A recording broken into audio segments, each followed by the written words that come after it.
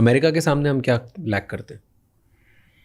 America के पास क्या है, बिजनेस इंटरनेशनल अपॉर्चुनिटीज ज़्यादा हैं, एंटरप्रेन्योर का पूरा माहौल है वहाँ पर, और गवर्नमेंट भी उसी हिसाब से सपोर्टिव है। तो इस वजह से हमारे यहाँ क्या है ना कि चूंकि इलेक्शंस है, तो इलेक्शंस में क्या है कि एक मेजॉरिटी पब्लिक को ध्यान दिया जाता है, और जो एंटरप्रेन्योर हैं, जो बड़े कारपोरेट हैं, उनको कोई ध्यान नहीं देता है, और ना ही वो लोग कभी इशू बने रहते हैं कभी किसी इलेक्शन का। जैसे डोनाल्ड ट्रंप ने कहा कि हम सरकारी नौकरी खत्म करेंगे, लोगों ने इसको सपोर्ट में वोट दे के जिताया। हमारे यहाँ कोई बोल दे गवर्नमेंट नौकरी खत्म करेंगे, क्योंकि आपने प्राइवेट में पहले वैसी अपॉर्चुनिटी नहीं दी।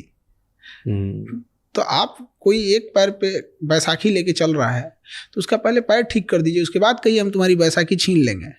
आप उसका पैर भी ठीक नहीं किए, कहेंगे तेरा बैसाखी छीन लेंगे, तो मारेगा ही ना वो। अभी आपने वो पढ़ा, टैरिफ लगा दिया है। हाँ, रेसिप्रोकल टैरिफ लगाया उसने। हाँ। 26% हम लोग लगाया, चाइना में भी तो और बेहतर लगाया उसने। हाँ, हमने 52 लगाया, उसने सब जो जितना लगाया ना उसका हाफ करके लगाया। रेसिप्रोकल उसने बोला ही है। तो ये अच्छा है गंदा है? ये उसके देश के हिसाब से है, हर देश को अपना हिसाब से राइट है करने का। तो जब टैरिफ बढ़ाते घटाते हैं, तो कभी इम्पोर्ट पे फायदा होता है, तो एक्सपोर्ट पे, तो डिपेंड करता है कि हम कितनी चीज़ों का इंपोर्ट एक्सपोर्ट कर रहे होते हैं।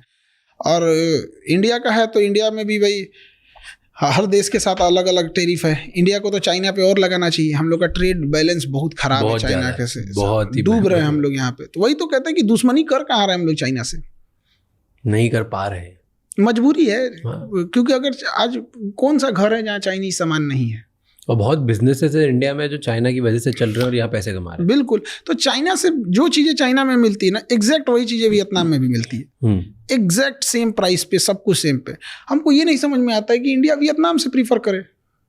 एटलीस्ट वियतनाम चाइना का दुश्मन है, उसी को मजबूत कर दे। नहीं यार, इतनी टेक्नोलॉजी नहीं है वियतनाम में इस लेवल की, जो कुछ भी मटेरियल बुलवाना हो तो ऐसा नहीं है कि हम लोग जैसे चाइना को अगर हम लोग रिप्लेसमेंट के तौर पे देखा जाए, तो कुछ साउथ एशिया की कंट्रीज हैं, बट क्या है ना कि हमने ऑप्शन ही नहीं दिया किसी को।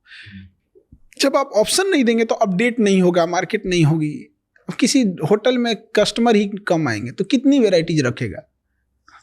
तो कस्टमर पहले, अब वो तो चिकन और एग वाली मुर्गी पहले आया कि अंडा पहले आया, तो थोड़ा हम लोग को उधर जाना चाहिए उस एरिया में। बट चाइना का कुछ जरूरत से ज़्यादा डिपेंडेंसी है। बट चाइना का और अमेरिका का अभी क्या 36 का आंकड़ा चल रहा है, देखा?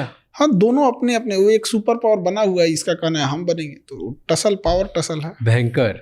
और अभी अमेरिका ने जितना टैरिफ लगाया, चाइना ने उतना ही वापस लगा दिया, वो देखा? वो चाइना का ये चीज़ बहुत अच्छा लगता है। वहाँ पे आप उसको कुछ भी कीजिएगा, वो दबाव देगा। वो देश, उसके यहाँ पॉलिटिक्स नहीं है, उसके यहाँ देश है। वो तुरंत लगा देगा। हम लोग नहीं लगा सकते, मजबूरी भी है। हम लोग किसी को ब्लेम नहीं कर सकते। किसके दम पे कूदिएगा? ना इंडस्ट्रियलाइजेशन है, ना इकोनॉमी है उस हिसाब से। क्योंकि अमेरिका को, केवल अमेरिका पावरफुल नहीं ना, हर जगह पावर रखता है। वर्ल्ड बैंक से फंडिंग रोक देगा, हमारे लोन रोक देगा, IMF हो गए या वर्ल्ड बैंक हो गए, यूरोपीय यूनियन से दबाव बनवा देगा। कुछ नासा और इसरो के बीच का कोई कॉन्ट्रैक्ट होगा, उसको रुकवा देगा, डिले करा देगा। हर जगह UN में 4-5 मुद्दा फंसा देगा। कुछ नहीं करेगा तो अमेरिका को उठा के पाकिस्तान को एक लेटेस्ट हथियार देगा, ले तुम F-18 ले।